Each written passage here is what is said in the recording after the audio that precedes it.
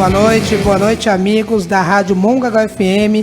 Boa noite ao pessoal que está ouvindo a gente pela rádio, ao pessoal que acompanha a gente pela live do Facebook, nossos amigos do programa Educação em Debate. Hoje nós estamos aqui com um convidado especial, Fernando Felize. Para quem não conhece Fernando Felize, a gente vai fazer uma breve apresentação dele aqui e aí a gente vai discutir alguns projetos, alguns temas aí na educação e em outras áreas aí que permeiam, né, a nossa sociedade. Fernando Felize, boa noite e é um prazer tê-lo aqui conosco. Boa noite a todo mundo que está ouvindo a gente e vendo pelo Facebook, né?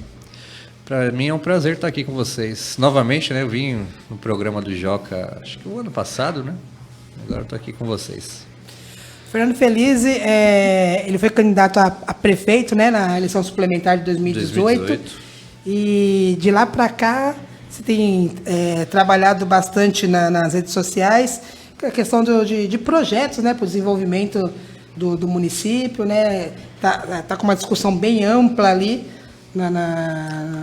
principalmente no Facebook, né, e a gente vê que a população, que a sociedade vem acompanhando bastante. Eu queria que assim, você se apresentasse, né, falasse um pouquinho de você, inicialmente, e depois do trabalho que você desenvolve, do que você já fez aí em Mongaguá. Legal. Bom, como você citou, né, eu fui candidato a prefeito em 2018, mas eu venho aí de uma militância política desde o movimento estudantil, desde os meus 16 anos de idade. E em Mongaguá aí eu comecei a militar na política desde 2008, né? Passamos aí por algumas eleições, passamos por alguns movimentos que surgiram na cidade, né? Eu não sei se é um azar ou sorte de ser oposição a todos os prefeitos que passaram aqui, pelo menos os que foram eleitos, né? Paulinho, Arthur, Márcio. E a gente está nessa batalha aí, porque a gente vê uma cidade, né? Mongaguá é uma cidade muito fácil de se administrar, tem muitos recursos, mas você vê aí uma falta de projeto de cidade, né? De quem está no poder, de quem passou pelo poder aí, seja o Paulinho, seja o Arthur.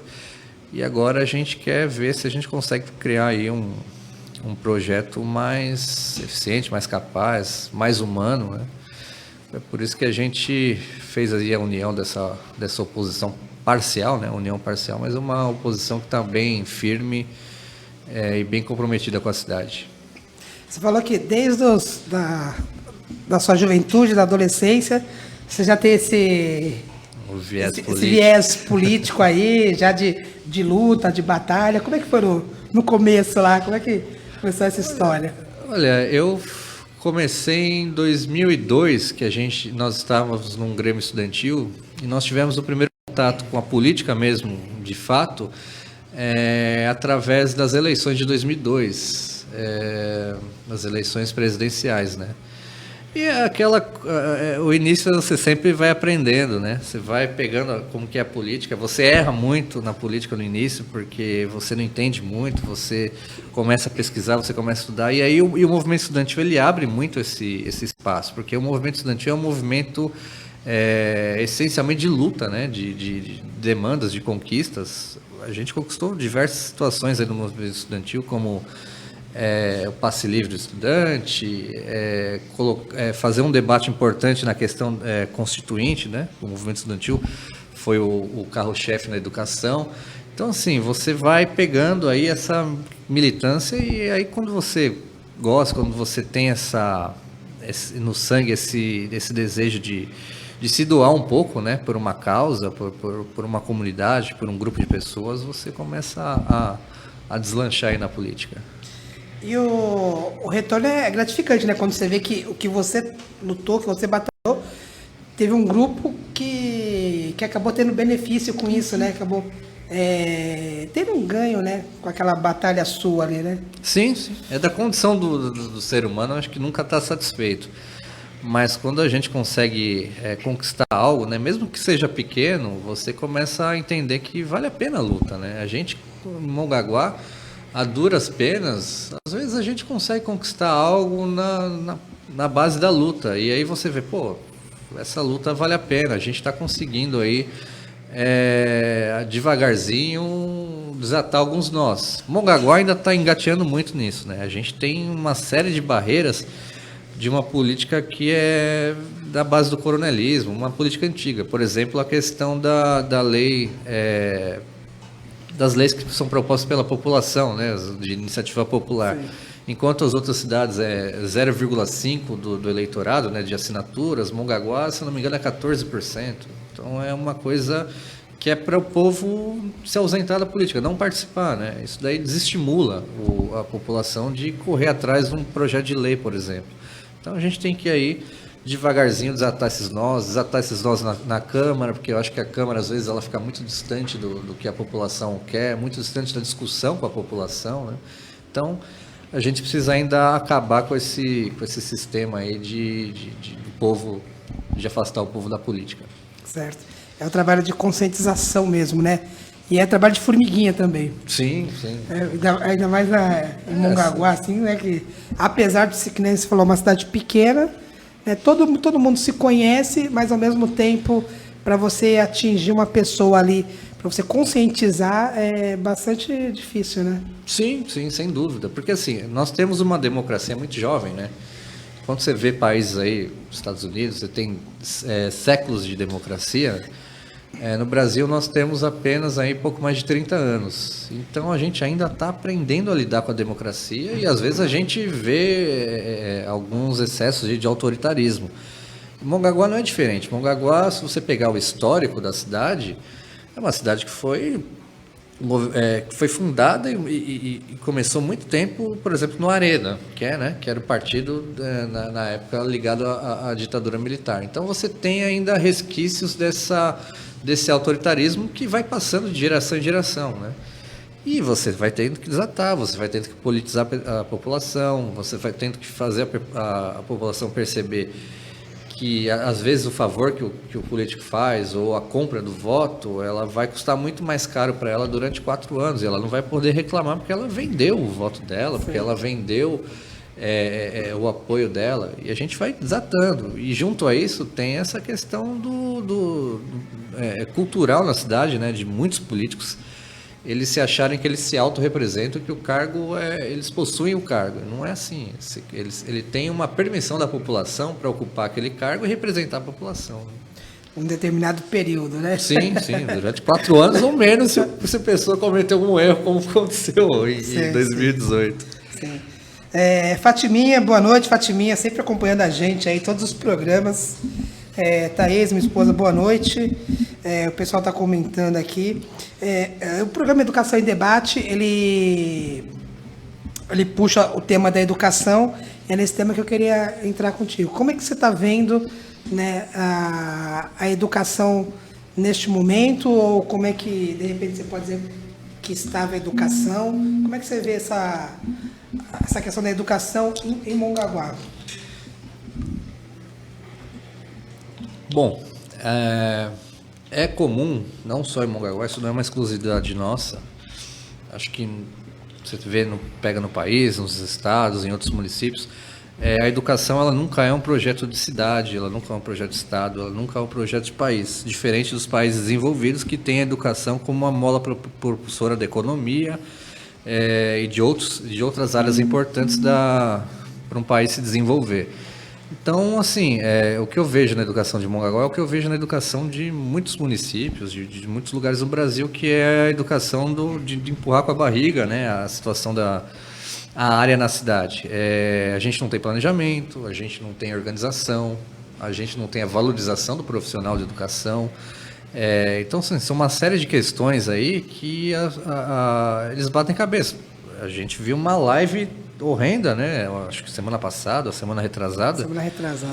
Que assustou todo mundo, porque assim, a gente começa a questionar se a pessoa tem sanidade mental para estar ocupando um cargo daquele, porque fazer uma live daquela, onde ela perdeu a oportunidade de explicar para a população como é que funciona a educação na cidade, quais são os próximos passos, não, ela simplesmente atacou, falou da vida pessoal, falou que não tem compromisso com os pais, isso é uma grande responsabilidade. porque a educação envolve não só a criança, mas também a família, né? Isso está no Estatuto da Criança e do Adolescente, está na Constituição Federal.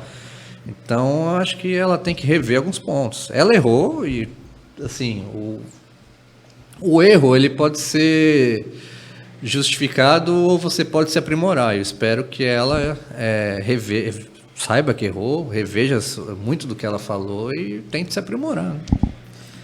Sim, e tirando essa questão aí, esse pedaço como eu vou falar, esse momento aí, né, triste que a educação passou aí nessa live, como é que você está vendo a questão, você como, de repente, parte da população, você vê algum projeto funcionando na educação, você vê algo acontecendo, você vê alguma coisa assim, não, poxa, na educação estão fazendo isso, que legal, né, vai ter algum resultado, ou você olhando como cidadão, você não consegue ver nada atualmente? Bom, em termos de gestão, é difícil a gente identificar algo de positivo. Mas quando você pega a questão, por exemplo, do que os profissionais fazem nas unidades de escolas, você consegue enxergar situações positivas, por exemplo, na questão dessas atividades que os alunos estão recebendo. Né? Eu vi muitos elogios, dei uma olhada em algumas atividades, achei muito, muito bom o trabalho que os educadores estão fazendo. Então, assim, o que a gente tem de elogiar é o que está dentro da sala de aula. Agora, em termos de organização, de planejamento, é difícil, porque, assim, a diretoria de educação, ela, nesse tempo todo, em nenhum momento, ela procurou passar à população um mínimo de planejamento. Nós estamos nessa situação, nós queremos chegar aqui, seja na questão da evasão escolar, seja na questão da alfabetização, seja na questão do ensino fundamental, nem a questão das apostilas eles conseguiram resolver, né? Que eles pediram dinheiro, a Câmara aprovou e cadê? Questão dos uniformes, questão do material. Então, assim, em termos de gestão, você não consegue hoje enxergar porque eles mesmos não passam o que tem de bom na educação de Mongaguá. Mas dentro da sala de aula, com os educadores, com os profissionais, você consegue enxergar aí muita gente boa, trabalhando, muita gente fazendo o que a diretoria deveria fazer. Porque, assim, eu falando, né, como professor que estou dentro da rede, eu posso falar que todas as escolas, acho que funcionam até sem gestão, né? Os professores, cada um sabe o que tem que fazer, né? Sabe como fazer para cumprir o seu objetivo e o seu planejamento. Então, creio que se de repente se não tivesse uma gestão, funcionaria do mesmo jeito. Tanto que a gente já passou aí alguns anos, algumas unidades, né, os professores mesmo podem falar, que já passamos sem diretor, sem coordenador pedagógico, sem vice-diretor, e a escola anda do mesmo jeito. Ela anda do mesmo jeito. Agora, nesses apontamentos que você fez aí, que são os mais visíveis à sociedade, uniforme escolar, material escolar, agora, com essa questão da pandemia, merenda escolar, quer dizer, voltando merenda escolar de novo, né? De novo, merenda escolar, a gente não se livra disso. Já teve uma situação séria. E agora a merenda escolar de novo, que as mães estão fazendo um movimento. Muitas aí. Reclamações. Não, então, você tocou num assunto importante. Quando você fala que a escola, os profissionais que estão dentro das unidades conseguem tocar a parte da diretoria, mostra que a diretoria de educação é apenas um acessório, quando ela deveria ser o carro-chefe, ela deveria fazer o planejamento, ela deveria fazer o investimento necessário na educação, mas a gente vê que é apenas um acessório. Se você tirar a diretoria de educação, não vai influenciar em nada dentro da unidade escolar. Então ela serve como algo superficial, né? Um mero acessório, quando na verdade ela deveria aprofundar muito mais as discussões, principalmente as discussões junto com a sociedade, né? Discutir a educação, porque muitas vezes os pais não acompanham, né, a educação, E eles acham que está tudo bem, que está tudo normal, assim, o filho está indo para a escola é o que importa. E às vezes não é isso, às vezes a gente tem que aí avançar, né, como eles gostam de dizer, em várias situações na educação que a gente não está conseguindo. Agora, mesmo você não fazendo parte da educação, não sendo da educação, eu sei que assim, você tem estudos, você tem análises, você tem projetos, você tem algo assim que de repente você já lançou até, né, nas suas redes sociais que poderia agregar, que poderia ajudar, porque, como eu falo, né, sim, nós temos os profissionais, os especialistas ali na área, os professores, mas de repente uma sugestão vinda de fora, de quem está olhando de fora, né, colabora. Na real, a união de todos ali pode colaborar e de repente uma sugestão, que nem eu falo às vezes, estou no meu trabalho, uma sugestão de um aluno, pode, professor, podia fazer assim, tal, meu, verdade, né? Então assim, eu não elimino nenhuma frase, nenhuma palavra, que de repente uma mãe fala, o que um aluno fala, que a servente fala, a merendeira, tudo eu estou buscando ali para de repente aprimorar o meu trabalho, né? Você teria algum projeto, algo que poderia acrescentar? Eu já falei isso algumas vezes, eu tenho como um compromisso meu, caso eu venha a ser vereador ano que vem, eu acho que a primeira questão que eu quero trabalhar é juntar o máximo de profissionais da educação, seja professor, servente, seja o que for, para discutir aí uma pequena reforma da educação, para a gente ver o que a gente precisa melhorar em termos de legislação. Por exemplo, eu quero discutir como se coloca os diretores nas unidades escolares é a forma mais adequada, né, que são cargos de indicação, se não existe uma forma mais adequada, por exemplo, fazer uma eleição na unidade escolar ou até o concurso público, porque o que eu vejo hoje quando você tem cargos de confiança na direção, esse trabalho tem começo, meio e não tem fim, porque assim, você muda de gestão, troca tudo. Então você não tem uma continuidade de trabalho. Eu quero discutir a questão do sistema apostilado, se realmente interessa ao professor ou não, porque eu vejo muito professor dizer que quando foi implantado ele não foi ouvido, tem professor que é contra, tem professor que é a favor, tem professor... Então, por exemplo, eu gosto mais do livro didático do que da apostila, porque eu acho que o livro didático ele dá ao professor mais condições de dar aula. A apostila engessa mais, né, o professor. Então, são discussões que eu quero levar aí, para ver se a gente, em termos de legislação, de projetos, a gente consegue melhorar. Eu participo de um grupo no WhatsApp com uns 100 e poucos professores aí que estão em sala de aula, né, são efetivos em sala de aula. E a gente tem, já desde o ano passado, tido uma discussão a respeito, né, dessa questão do plano de carreira, né, a questão da legislação. E a maioria aponta como mais produtivo um concurso para as equipes de gestor, para montar as equipes gestoras, né, de gestão, concurso público. Só que no caso não seria a gente fala até que nem é concurso público, seria um concurso de acesso interno. Por quê? Porque você pegaria o profissional, o professor que está na sala de aula, que já conhece o sistema, né, a unidade, o sistema educacional de Mongaguá, faria um concurso entre esses professores da rede para poder, né, almejar ele ao cargo. E acabaria com essa questão da indicação do executivo, que é onde faz o curral ali, né? Sim. Onde faz... E você interrompe os trabalhos, né? Bom ou ruim, você interrompe. E aí você começa do zero tudo de novo, uma nova gestão, com um novo pensamento, com um pensamento sempre alinhado a uma administração que não tem educação como prioridade, e você cria um monte de dificuldade. Se você tem uma gestão, um concurso, como você bem disse, você tem uma estabilidade. Então, independente do que acontecer, você tem aquela estabilidade que o projeto vai caminhar independente de quem estiver lá. E com profissionais capacitados, né? Sim. Não adianta por qualquer um também. Que profissional que passou no concurso, que seja, né, como a maioria indica, um concurso de acesso interno, que não teve indicação nenhuma, e que depois, que nem você falou, de 4 anos, se mudar o prefeito, também não precisa mudar.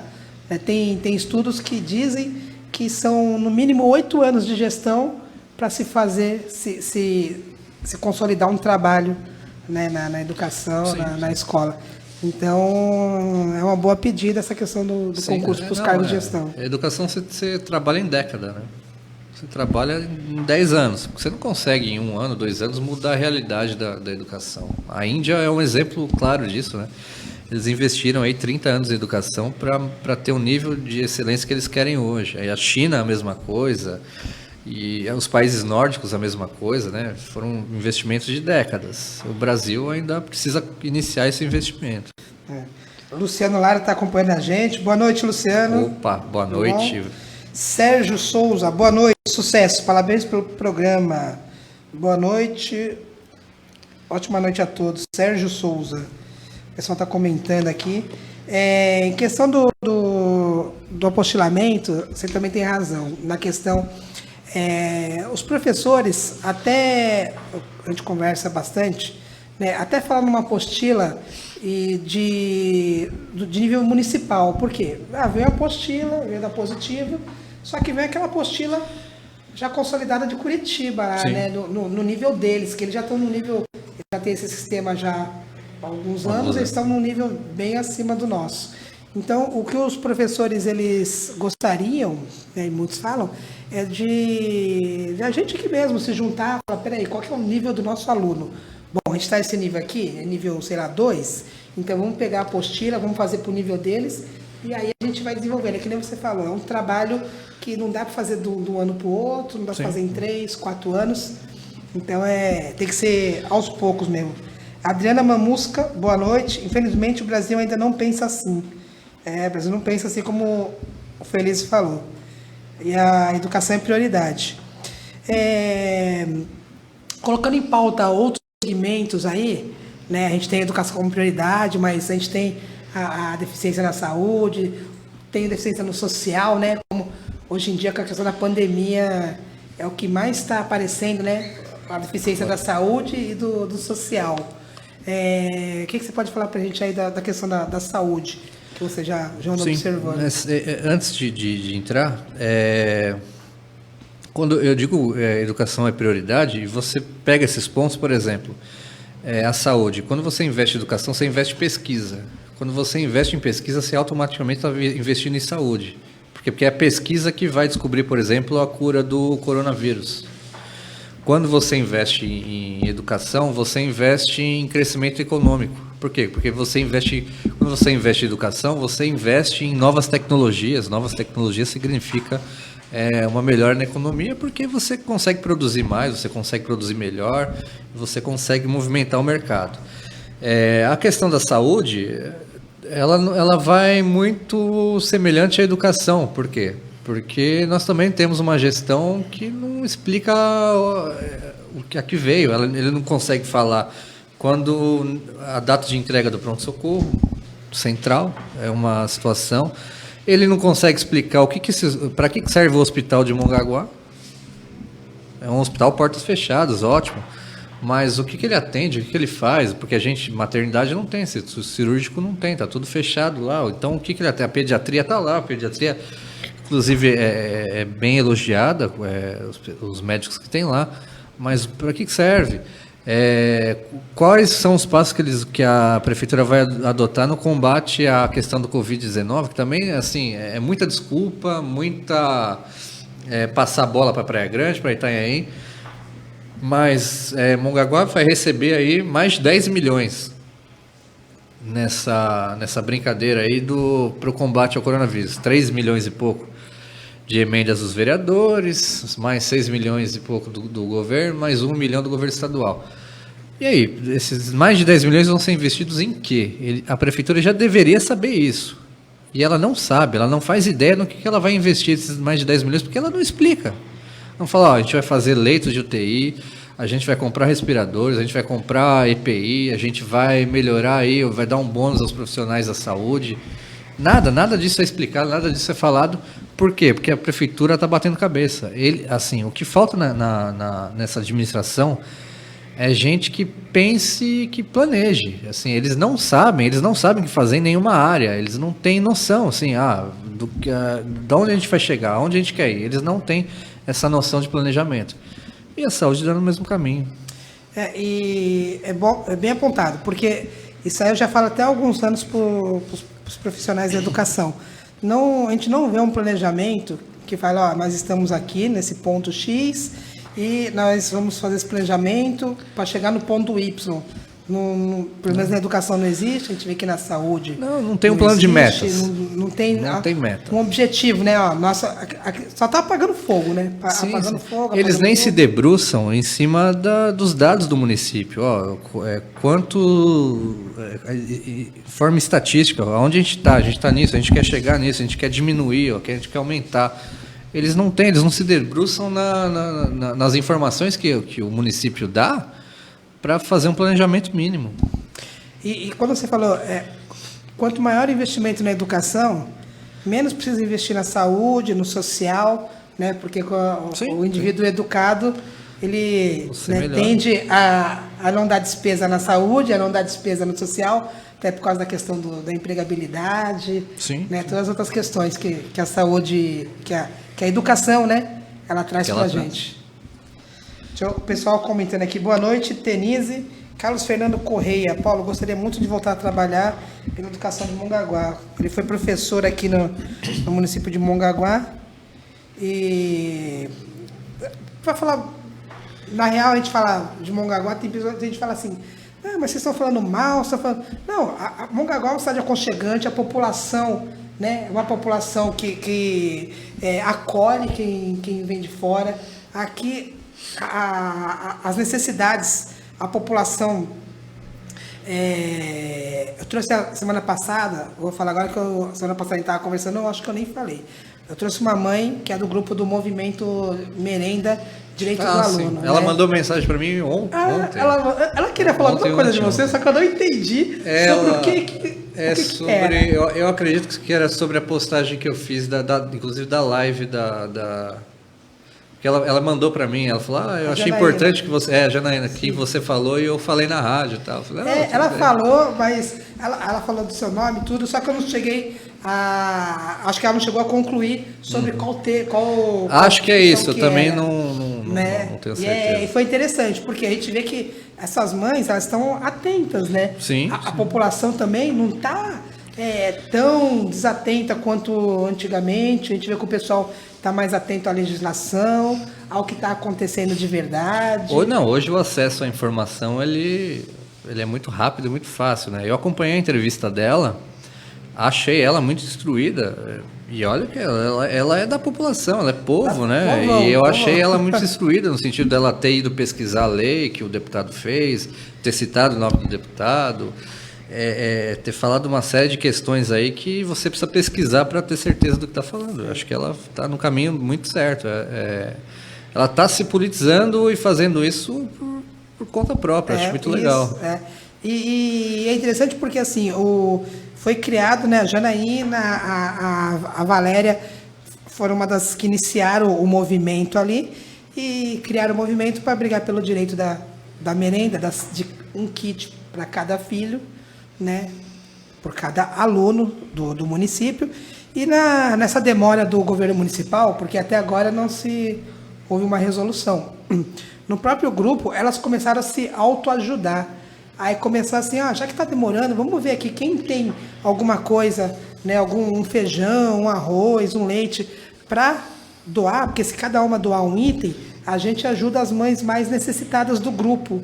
Sim. E aí eu parei para pensar, eu falei, olha, a população que não tem, está se autoajudando, que não tem, doando 1 quilo de feijão, 1 quilo de arroz, 1 litro de leite, e o governo municipal que está com milhões no cofre não ajuda a população. Transferência de responsabilidade. Não, mas isso acontece. Eu não gosto de entrar nesse assunto de doação, do que eu faço, não, mas eu vou falar isso porque eu acho que é uma irresponsabilidade muito grande do governo. Eu estourei minha conta bancária em R$400 porque eu estava tentando aí ajudar quem podia.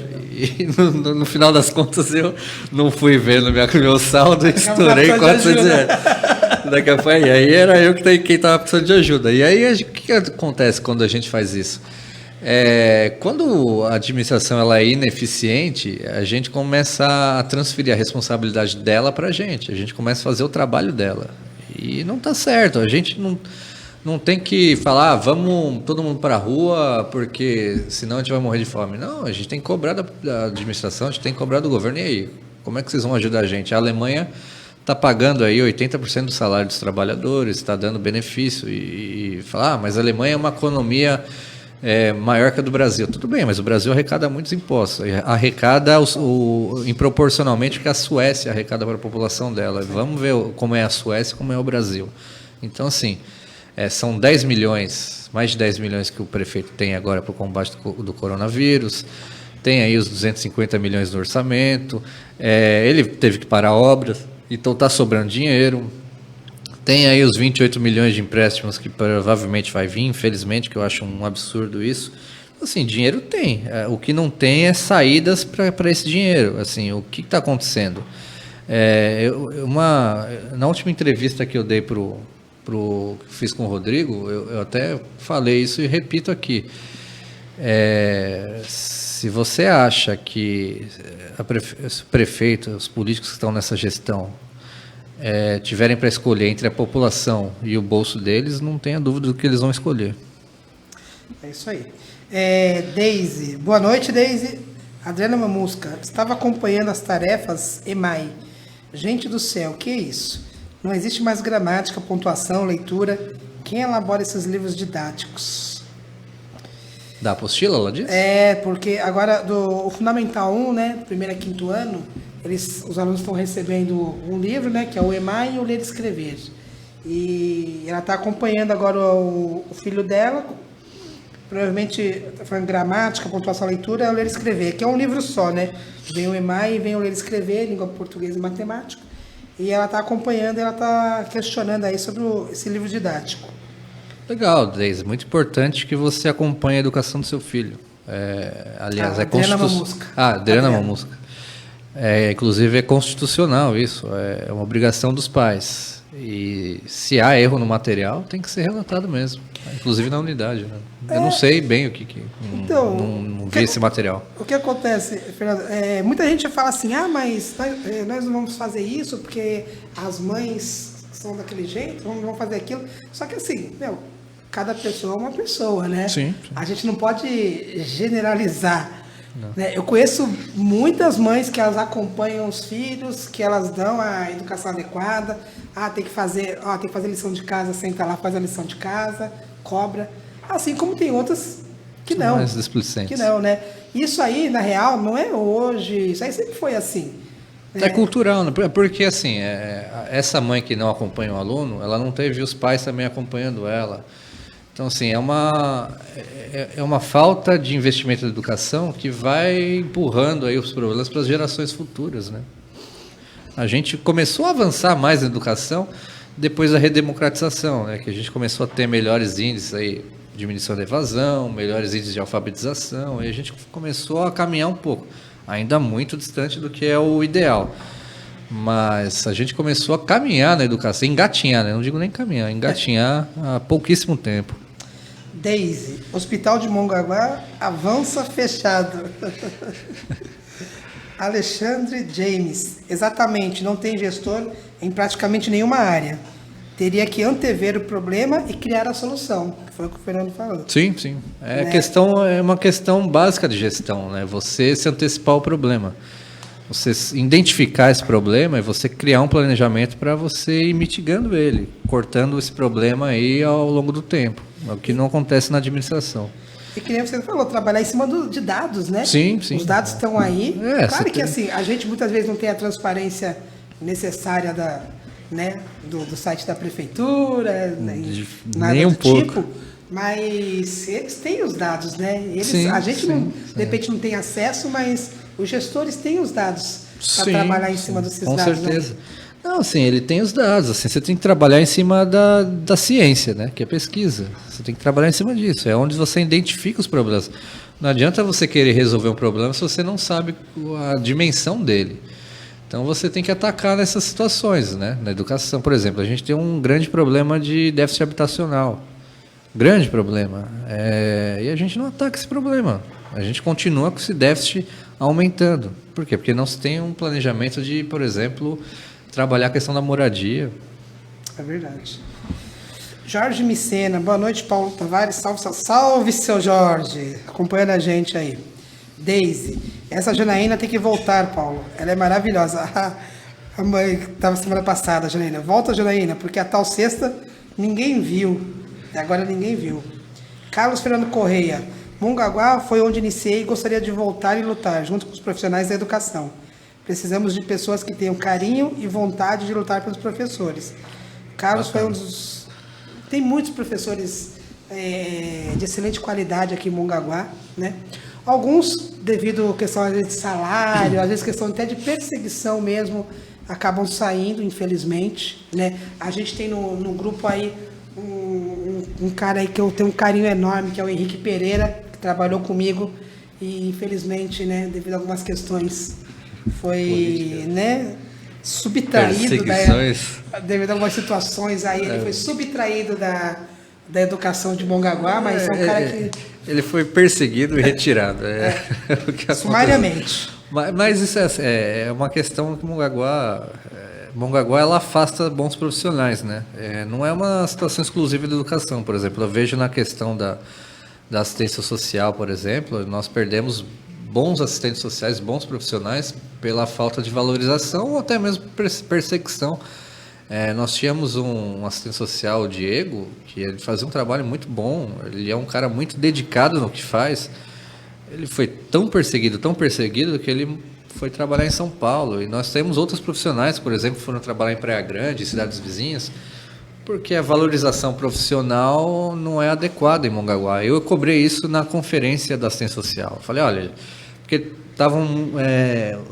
os atendidos estavam reclamando muito lá na conferência. Falou, poxa, a gente começa o trabalho com uma assistente e tal, ela é muito boa, só que ela vai embora, aí vem outra boa, vai embora. Eu falei, olha... uma continuidade. Né? Ao invés de a gente questionar dela estar indo embora, a gente tem que ver o problema. O problema é valorização profissional. Então, vamos incluir essa questão da valorização no documento da conferência. Foi introduzido para ver se a gente muda essa situação, né, de segurar os bons profissionais na cidade. Certo. A gente tem uma parceira aqui, que é a Cilis Paz, que ela é a presidente da ONG EcoFault. E ela veio aqui um dia no conheço ela. Você conhece a Cilis? Eu tive na luta contra a termoelétrica em Peruíbe. Então você conhece as Cilis, né? E eu fui nas conferências da termoelétrica, briguei bastante contra ela e ela estava junto nessa briga. Então, a Cilis é nossa parceira aqui, então todo o programa Educação em Debate, né, ela traz um pouquinho para a gente sobre educação ambiental, sobre meio ambiente, e hoje ela trouxe um pouco aí sobre educação ambiental para a gente. Serginho, por favor. Olá, amigos! Sou a Cilis Bezerra, da ONG Ambiental EcoFault. Toda semana estarei aqui com vocês, dando dicas ecológicas e falando de sustentabilidade.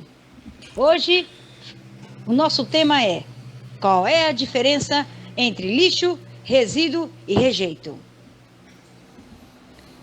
A Lei Nacional de Resíduos Sólidos, 12.305, em 2010, explica exatamente essas diferenças. Essas três palavras são muito parecidas, são usadas como sinônimos, mas existe diferença entre elas. Lixo vem do latim lix, o que significa cinza. De acordo com a lei nacional, é tudo aquilo que não tem mais como aproveitar, que vai se jogar fora. São consideradas coisas inúteis, velhas, sem valor. Resíduo é tudo aquilo que pode ainda ser reciclado, ser reutilizado. Mas para isso, esse material precisa ser separado por tipo, o que permitirá a sua destinação para outros fins. Por exemplo, quando você separa seu papel, esse papel pode ser transformado em papel reciclável, quando você separa o plástico, esse plástico pode ser triturado ou desmanchado e transformado em um novo produto, como mesa, cadeira, brinquedos. Rejeito é um tipo específico de resíduo, onde todas as possibilidades de reciclagem ou de reaproveitamento já tiverem sido esgotadas e não tiver mais solução final para esse item. E assim, a única destinação plausível é encaminhá-los para onde? Para o aterro sanitário. Aqui na Baixada Santista, tem um aterro sanitário Sítio das Neves, localizado na cidade de Santos. E um terceiro detalhe que eu vou dar para vocês. Na própria lei nacional, ela ensina as novas nomenclaturas. Onde escrevia-se lixeiro, agora escreve-se coletor. Onde lia-se nossos lixos, escreve-se nossos resíduos. Em breve, os caminhões que coletam esses resíduos vão mudar também de nomenclatura. Lá vai aparecer agora coletor de resíduos. Que bacana, né? Muito importante. Nós devemos exercer nosso papel de cidadão que se preocupa com o meio ambiente e também aprender o quê? Falar corretamente. Gostou da dica? Na próxima semana vou falar sobre cada tipo de resíduo. Um grande abraço, gratidão! Muito obrigado, Siles. Sempre trazendo, né, alguma novidade para a gente aí sobre meio ambiente, educação ambiental. E a gente falou aqui de educação, nós falamos de saúde social. O meio ambiente também é algo que é de suma importância, né, atualmente. Sim, com certeza. Educação ambiental, até porque com a velocidade que a gente está indo na ganância que a gente tem, a gente está acabando com os recursos do planeta, né? A gente está destruindo muitas áreas que deveriam ser preservadas, inclusive na nossa região, né? A Ciris, ela esteve numa luta que eu também estive, por exemplo, da questão da termoelétrica, que seria instalada em Peruíbe, né? Que ia ser um desastre natural muito grande, porque Peruíbe tem algumas particularidades que você só encontra naquela cidade, em nenhum outro lugar do mundo, né? A questão da biodiversidade, e aquela termoelétrica ela vinha para massacrar aquela região, transformar a região numa região possivelmente industrializada, o que para Peruíbe é uma loucura, né? E por aí vai em outras situações. Eu estive numa atividade da EcoSurf também em Cananéia, que trabalhou a questão do lixo na praia, do micro lixo, né, que eles chamam, que atrapalha muito a questão dos animais, né, que eles acabam se alimentando daquilo. A gente tem muito que aprimorar isso, inclusive levar para a educação na escola, né, a questão da educação ambiental, porque a gente tem que criar um mundo mais sustentável. A gente vê notícias aí de que com a questão do isolamento social, a poluição, né, tem diminuído em diversas regiões aí, né? Isso mostra o quanto a gente é nocivo, né? Inclusive, o maior buraco da camada de ozônio conseguiu se reestruturar devido à questão da quarentena, né? Diminuiu as emissões de gases, a poluição, e essa ruptura, né, esse buraco, ele foi fechado. Então a gente, o mal que a gente está fazendo, ficando em casa, a gente conseguiu aí pelo menos mitigar um pouco do problema. Mas assim, a gente não vai ficar dentro de casa pelo resto da vida, né? Então nós precisamos ter essa questão da educação ambiental para quando a gente voltar à normalidade, a gente voltar num ritmo em que a gente diminua um pouco essa questão da ambiental. Para mim, vai assim, também passa por uma questão social, por uma questão de estilo de vida, né, de vertente de economia, porque pega a questão de como a sociedade se comporta, né, uma sociedade do consumo, que ela é predadora, que ela tem um celular, daqui um mês ela já quer trocar porque apareceu um melhor, e nisso a gente vai pegando recursos naturais, pegando para suprir essa necessidade de consumo, né? E E a gente acaba destruindo o planeta. O Mujica tem uma frase muito interessante que eu gosto muito, que eu levo isso para mim. Pobre não é aquele que tem pouco. Pobre é aquele que nunca está satisfeito com o que tem, né? Está sempre querendo trocar o que tem. Então a gente precisa ter mais cuidado, né? A necessidade é uma coisa, o consumismo pelo consumismo é outra. E a gente vê, ainda mais com essa última ressaca recente aí, que teve aqui em Mongaguá, a gente vê que a interferência, né, do homem, ainda mais quando a gente faz construções muito próximas, né, do mar, como aqui em Mongaguá elas são feitas, a gente vê que depois a própria natureza ela faz o revide aí, né? Tem algumas teorias científicas, obviamente não comprovadas, do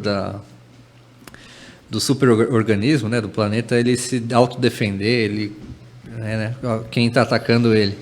Mas é um problema sério. Eu acho que a orla de Mongaguá ela foi construída, né, de maneira equivocada.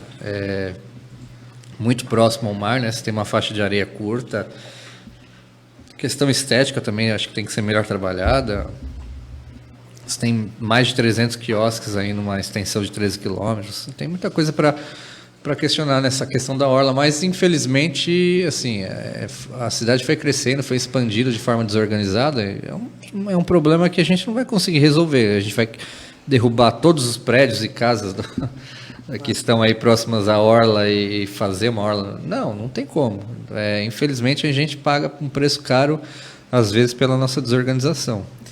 E voltando à política, 19 milhões está bom para arrumar a orla? 19 milhões? Assim, bem investidos, você consegue fazer muita coisa boa. Agora, se você não tem organização e você não tem ética e honestidade, esses 19 milhões vira pouco dinheiro. A Adriana Musca está comentando aqui, importantíssimo, ponto de coleta obrigatório em estabelecimentos comerciais, um local para depositar os óleos utilizados. A gente vê, às vezes a pessoa até quer, né, fazer essa separação, fazer algo, só que assim, ela também não sabe para onde destinar, né? Sim. Porque ela fala assim, tá bom, vou separar o óleo, mas e agora? Onde que eu deixo esse óleo? Então, é a questão da educação, né, que a gente fala, educação ambiental, tornar o mundo mais sustentável. Lixo não é dinheiro, lixo gera economia, gera emprego, você consegue reciclar muita coisa, só que você não tem a devida atenção a esse tema. Então, assim, o que se faz em termos de meio ambiente para a questão da reciclagem? A prefeitura não tem um trabalho em conjunto, por exemplo, com a cooperativa que tem em Mongaguá, que é a cooperativa de reciclagem. Não tem um trabalho mais eficiente na questão do lixão, simplesmente descarta o lixo e depois ele é repassado para outra cidade, se não me engano, é Guarujá, né? E nessa a gente perde muito dinheiro. O contrato de lixo, se eu não me engano, é o contrato mais caro que tem na prefeitura. Anos atrás era em 9 milhões, hoje eu não sei quanto está, mas deve ter passado esse valor, porque eu estou falando anos atrás, na gestão Paulinho ainda se gastava 9 milhões com lixo por ano. Imagina 9 milhões, é muito dinheiro para ser gastado em jogar lixo. Com lixo. Jogar lixo fora. Então, lixo é dinheiro, também você pode investir no lixo, né? O Joca está falando aqui, essa obra nunca teve relatório de impacto ambiental. E o mar vai subir de novo hoje. Tá com uma previsão de ressaca sim, aí, né? Pelo que eu li, era ondas de 5 metros. Então, nunca teve um relatório de impacto ambiental aqui na orla. Joca. Isso, né? Mas assim, é o que temos para o momento, né? Os órgãos fiscalizadores, eles sempre foram ineficientes, né? No passado, ainda pior. Então, assim, a gente fez... A cidade ela foi se expandindo, foi feita a orla, foi feita algumas obras em Mongaguá num período em que zero fiscalização. Você podia fazer o que bem entender. Então, você pega uma pessoa irresponsável, que não tem essa noção de planejamento, ele vai fazendo a toque de caixa e não está nem aí. Né? Ivete, boa noite. Ivete Magalhães. Rogério de Almeida está aqui com a gente. Boa noite, Rogério. Boa noite. Vendo a gente. Tem alguma coisa, nós estamos a 9 minutos do fim do programa, tem alguma coisa que de repente você pensou e falou assim, de repente eu quero falar sobre isso, sobre aquilo, a gente não tocou aqui no assunto, mas você quer deixar, quer tocar no assunto, né? A gente falou sobre educação, saúde, social, meio ambiente, mas de repente tem algum segmento, algum tema aí que você queira falar, que você queira expressar, se quiser pode falar aí. Não, assim, eu acho que os temas foram muito bacanas, muito bem abordados. Acho que o que dá para a gente falar um pouco é na questão da transparência, né? Na transparência na administração pública, porque é algo que peca muito a cidade, né? Então, quais as medidas que a gente tem que fazer? Primeiro, melhorar aquela questão do portal da transparência, né? Porque é um portal que é tudo menos transparente. Você não tem muitas informações, você não tem informação dos contratos que a prefeitura firma com empresas. Você tem que fazer uma controladoria do município para que ela fiscalize, né, os gastos, porque se depender da Câmara, a gente tem 9 vereadores aí que blindam o prefeito em tudo.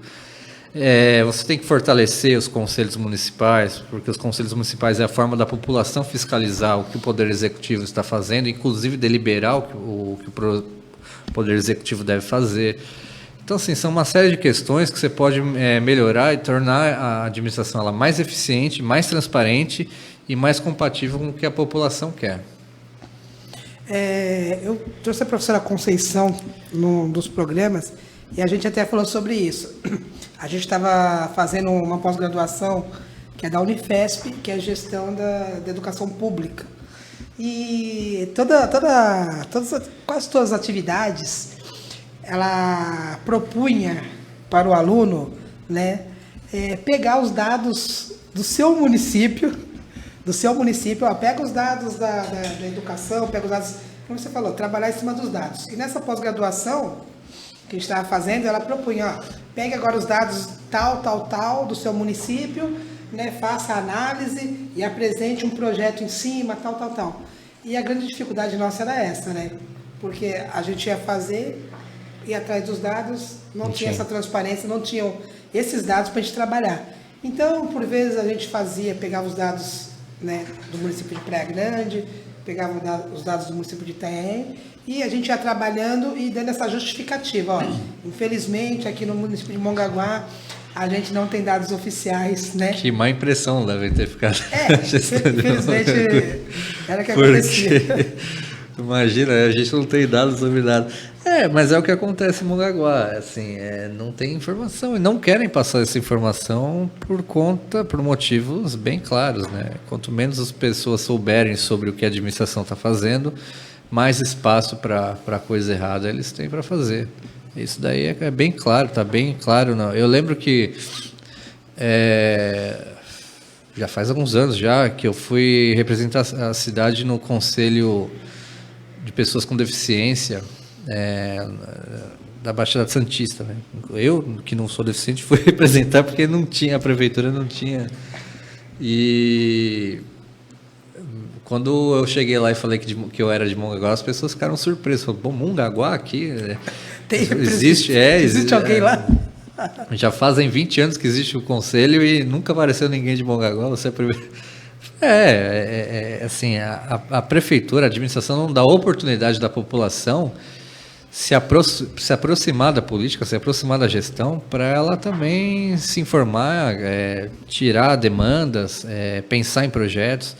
Ela sempre trabalha no sentido de afastar a população, de criar uma barreira, falar, olha, nós, políticos com poder, temos acesso a tudo, queremos isso, e vocês vão ter o que a gente quer. É assim que funciona aqui. Haja visto que, por exemplo, no caso da educação, as reuniões trimestrais, né, do Conselho do Fundeb, do Conselho Municipal de Educação, elas acontecem às 15 horas, né? São todos os conselhos, né? Então, 15 horas, geralmente as pessoas estão trabalhando, né? Então, é difícil a pessoa que trabalha o dia inteiro, ela acompanhar uma reunião num conselho desse. Sim. Nenhum conselho funciona em horário que não seja comercial. Isso já dificulta a presença de muita gente. Além disso, dos conselhos, eles não são amplamente divulgados, eles não têm ata divulgada, eles não... se você perguntar, 99,9% da população não sabe que os conselhos existem e não sabe que eles podem participar dos conselhos, inclusive ter direito à fala e cobrar, né, do Poder Executivo através dos conselhos. Então, o trabalho dos conselhos acabam ficando muito precários. Você tem um conselho formalizado, mas ele não atua porque não tem gente para atuar. O conselho não tem membros ativos suficientes. Então, ele simplesmente só existe no papel. Eu mandei para a Câmara, o ano passado, um projeto de lei que trabalha muito essa questão da divulgação e da transparência dos conselhos. Infelizmente, ele foi reprovado pelos vereadores do prefeito, mas ele trabalhava no sentido de divulgar as atas de reuniões, divulgar o contato do presidente e do secretário do conselho, divulgar os dias de reunião, uma série de demandas na questão de transparência que ia melhorar muito o trabalho do conselho no sentido de trazer a população para dentro. O Joca está falando assim, tem como diminuir a questão da orla, né, da praia. Ele falou, tem como diminuir. São Sebastião derrubou muitas obras em muitas praias e devolveu para a areia. Nosso vizinho aqui, Praia Grande, no quarteirão do rio Utinga, não tem beira-mar. Ele falou que algumas partes, de repente, dá até para fazer. Mas tem muitos prédios já agora também. Então. A orla da praia. Nos últimos 20 anos, houve uma expansão aí, né? Principalmente do centro ali, da divisa até o centro, um pouco depois até o Veracruz ali, houve uma expansão muito grande no sentido de torres, de prédios, e eu acho muito difícil você conseguir derrubar vários prédios. Mas, assim, tem que tirar as saídas, tem que tirar ideias, ele está no sentido certo, o correto está ele, né? O Joca falou aqui, parabéns, Fernando, a população tem que participar dos conselhos para começar alguma mudança. Esses conselhos estão lotados por puxa-sacos e apadrinhados. Ah, sim, bastante, viu? Eu acompanhei algumas reuniões de conselhos e é uma disputa ali para ver quem se valoriza mais para o prefeito. Não estou falando de todo mundo e nem de todos os conselhos, mas algumas pessoas ligadas à administração que participam dos conselhos é assim mesmo.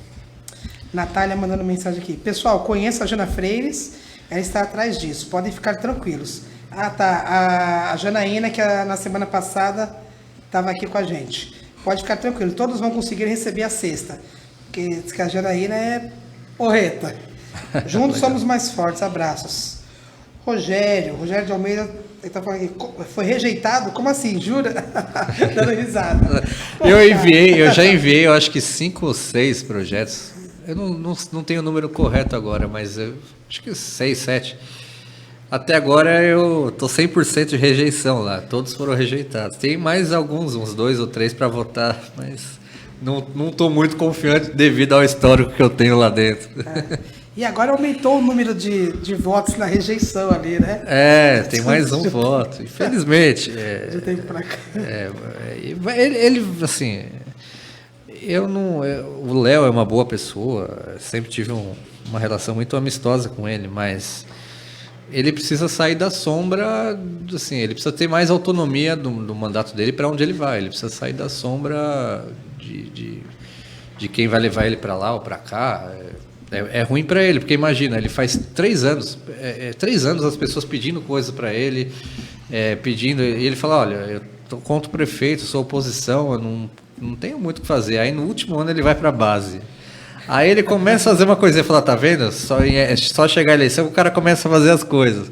Aí ele vai ficar com essa marca, né? É ruim para ele. Né? É ruim para ele. Infelizmente. Fernando, 8 horas, chegamos no término do nosso programa. Você quer deixar alguma mensagem aí para a população, o pessoal que está ouvindo a gente, o pessoal que está vendo a live, né? Essa live daqui depois vai repercutir bastante. Eu sei que ainda muita gente vai assistir essa live. Quer deixar alguma mensagem? Legal. Não, sim. Acho que o momento é um momento difícil, um momento preocupante, que a gente tem que tomar uma série de cuidados. Mas eu, apesar de parecer pessimista, não sou. Eu acredito que a gente consiga sair dessa mais forte, com uma nova visão de comunidade, de cidade, mais preocupado com o que está ao nosso redor. Então, gente, vamos nos cuidar e no momento adequado a gente fazer aí o enfrentamento, a luta necessária para a gente tirar Mongaguá desse atraso, desse marasmo que dura já décadas, né? Então, assim, cuidado e depois luta. Fernando, muito obrigado pela sua participação. Eu que agradeço. Agradeço o convite de vocês. Muito obrigado, pessoal, por acompanhar a gente pela live aí do Facebook, pessoal que está ouvindo a gente pela rádio Mongaguá FM. Semana que vem a gente volta com mais um programa Educação em Debate. Boa noite, uma excelente semana a todos.